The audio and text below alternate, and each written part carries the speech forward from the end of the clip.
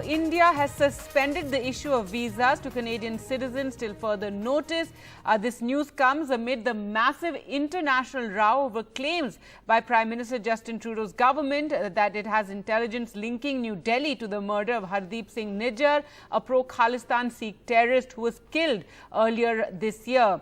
Now, on this latest development regarding the visas, what the notice by BLS International, that's the online visa application center, it, however, says that visa services had been suspended due to operational reasons. So there's nothing from the Foreign Ministry on this. It's so far the reason being given is due to operational reasons. But this comes amid, as we said, this heightened tension between India and Canada. In fact, yesterday, India had issued an advisory for Indian citizens traveling to Canada, which stated in view of growing anti-India activities and politically condoned hate crimes and criminal violence in Canada, all Indian nationals there and those contemplating travel are urged to exercise utmost caution. So for the first time, India putting out this very strong advisory about travel to Canada, and now this news coming of an issue, with the visas being currently suspended over some operational reasons is what we're being told.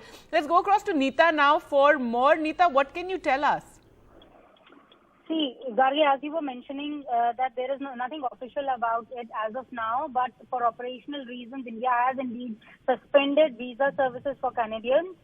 The kind of tensions between both the countries we have seen in a strong worded statement which is coming from both the countries. In fact, when you look at the statement issued by the Canadian authorities, they say that they have credible information that elements in the government are responsible for the events which are unfolding there in Canada. So obviously they are naming somebody in the government. Even from the Indian side also, they have also taken a strong stance. They have issued advisories. They have advised their citizens not to travel there. So obviously the kind of standoff between both the countries has reached its peak as of now. So obviously we are waiting for some kind of a formal statement from Ministry of External Affairs or the Foreign Office from the Canadian authorities to know exactly what kind of visas they have stopped. Because there are n number of visas, levels are different. Visas are different for students, visas are different for the OCI card holders. So obviously they need to mention what kind of visas have been suspended. But in the meantime, as you were mentioning, that due to the operational reasons, this visa services have been suspended as of now. Gargi? All right, Neeta, thanks so much for joining us with those details. Well, to talk more about these developments, we're now joined by Prabhu Dayal, a former diplomat, and Jitendra Nath Mishra, former ambassador as well. Thank you so much for joining us. Prabhu Dayal, first to you, sir. Your comments on this sort of heightened tensions, unprecedented sort of situation that we find ourselves vis-a-vis Canada, this latest development, the visas being, stopped for the moment in Canada. However, we're being told it's operational reasons. Nothing from the Foreign Ministry to suggest that this is, another move by India. Well, Gargi, tensions between India and Canada are escalating. And under these circumstances, there are threats which are going to be posed to the functioning of the Indian High Commission in Canada. As it is, Khalistani extremists have been attacking our High Commission. And of course, they have been attacking the Indian community, which is non-Sikh and which is residing in Canada. So the situation is volatile. And in view of the security-related aspects of the matter, it is always prudent to suspend visa operations because you would be letting in people into your premises and even letting in people into the country who could pose dangers. So it is always best to play safe and suspend visa operations under these circumstances. And I think our High Commission has done the right thing. Right, but Ambassador Dayal, right now we don't have any official word, of course. We're being told operational reasons, and it's a big step and one that will affect a lot of people, a lot of Indians, a lot of Indian to Canada ties that the Aam Aadmi as such has.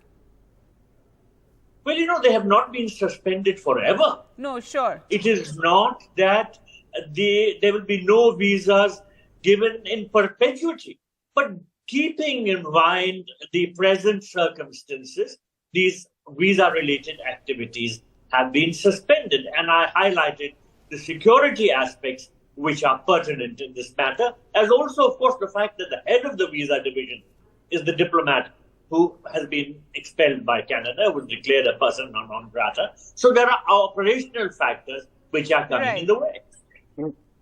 All right, Ambassador Mishra, your comments on this and also this situation, the heightened tensions between India and Canada. Yesterday, India also issuing that very strongly worded advisory against travel to Canada.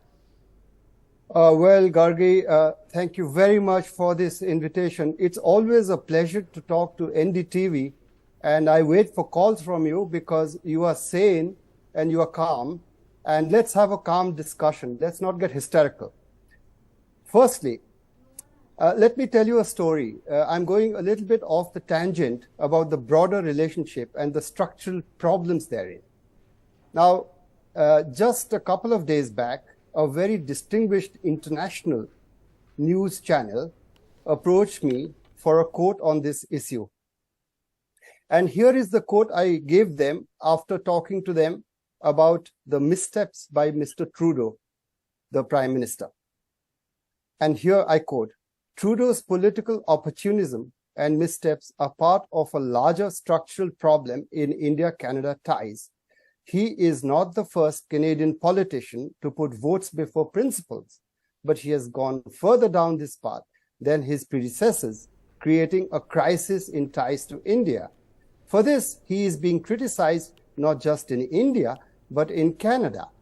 Some Canadian politicians brazenly denigrate India's territorial integrity by association with terrorists who do."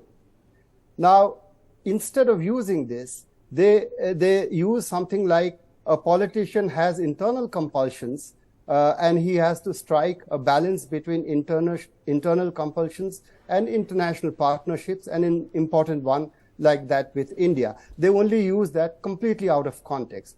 And I'm putting this structurally in the context of a much larger problem with the Western world, including primarily the UK and then Australia, and then even the United States, as far as Khalistan, as far as Kashmiri terrorists are concerned. You are using you are weaponizing a community for electoral gain, which is crass opportunism. I'm not saying that this is not done in other countries. It's done throughout the world. But then you have to be mindful of the consequences and pay the price. Trudeau has gone further down this path. Now, this channel didn't use my quotes, obviously, and they said we'll use only a part of it. I said nothing doing. And that's the problem. And this is a very distinguished Western channel. I want to tell our citizens we have to be responsible. Our responsibility primarily is towards our own country. We look at the world from India, and I'm proud of NDTV for doing that. And coming to the other issue, now, if you are now polarizing seemingly in Indo-Canadians, right? Sikh versus Hindu, you are also denigrating and undermining the internal cohesion of your own country. Forget about India. So are you doing the right thing? I asked my Canadian friends this question. And of course, India has not taken such extreme steps, diplomatic steps so far. Only diplomatic steps. In fact, Ambassador Mishra, I just want to inform you and Ambassador Dayal that we've received information that the notice has now been removed. This notice that was put up over the suspension of visa services till further notice has now been removed. It did say it was because of operational reasons. I think the media, all of us, you know, because of the heightened tensions, we're all looking at these various developments that are taking place.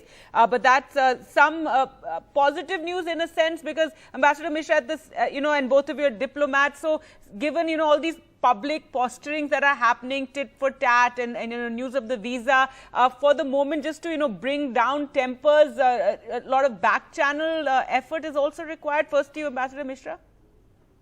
Yes, yes, I'll just continue. And so therefore, Mr. Trudeau probably, even though he's a very consummate politician for sure, and he was in a way playing to the gallery, and he announced it in Parliament. Now that's very serious. To do it in Parliament, And that means, and without any evidence being presented. Now, if you think that you have a strong suspicion, you can do quiet diplomacy. Don't build it up to a level where you cannot backtrack. And I think he made tactically a huge mistake. And then he says that we don't want to escalate this with India, but then it's too late. India had no choice than to retaliate. Now, the other question is, why don't we do similar things to the UK? The UK has been doing this for at least as long as Canada, because UK, as a diplomat and a practitioner, former practitioner, I'll say the UK is a more consequential power in the world than Canada, and it's a more consequential relationship with the UK, even with Australia, and of course with the United States. But they're all the culprits, and therefore I see a huge structural problem in the relationship. Let's go back to Kanishka. It was the Kanishka bombing was never properly investigated in Canada. There was a lot of heartbreak in India about this catastrophe that happened for India, and that still haunts us. And as a citizen, I feel very concerned. So if you are hobnobbing with terrorists who are denigrating India, undermining India's territorial integrity, threatening to kill Indian diplomats, that means you are abetting terrorism and you are abetting India's territorial integrity. Then you talk about your territorial integrity and being undermined. So it's a little bit of double standards, and I'm really sorry. It could have been handled better. Having said that, Canada is still a very friendly country. Let's not get hysterical. In fact, I was a child in Toronto at the time of the Kanishka bombing. I actually knew people who were on that flight then. And you know, now if you go back into history, Prime Minister Trudeau's father is the one who refused Indira Gandhi's requests for certain people. And they are the ones who went on to plan the Kanishka bombing. So this has been on for a long time. You know, the Khalistan sympathy in Canada. But suddenly in recent years, it's, you know, really come to the fore. And Ambassador Dayal, your comments on now, you know, the way forward, because we do need somewhat a dialing down of these tensions and this heightened sort of situation that we're now seeing. Well, Gargi, my first intervention related to the issue of the suspension of visas, because that was your question to me. I didn't go into other issues. Now, you mentioned that in recent months, there has been an escalation of tension as regards the Khalistanis who are operating from Canada. There is no doubt about it. India has taken up the activities of the Khalistanis with the Canadian government on a number of occasions. But unfortunately, the government of Justin Trudeau is not doing anything. And I'm afraid this relates to the issue of vote bank politics. Canadian Sikhs are 2% of the population of Canada. That may not look a very large number, but Justin Trudeau got less votes in the last election in 2021 than even the Conservative Party. He got only 160 seats, whereas he needed at least 170 seats. Now, he was supported from outside, and Justin Trudeau formed a minority government with the support of the New Democratic Party, which is headed by Jagmeet Singh. And Jagmeet Singh, he is an outspoken person as regards Khalistani separatists. And on a number of occasions, he has actively supported their demand for a separate nation. So the activities of the Khalistanis have been allowed to go on. In fact, they feel encouraged because of the support they have got directly from Jagmeet Singh, who heads the New Democratic Party, and then in turn from Justin Trudeau, who needs Jagmeet Singh's support. So this is all vote bank politics, and Canada's Prime Minister, unfortunately, has fallen in a trap. He's finding it very difficult to come out. Right, and unfortunately on both sides, the opposition also, you know, panders to that vote. It's a very powerful vote there in Canada. We'll have to leave it there. Thank you so much both for joining us on the program.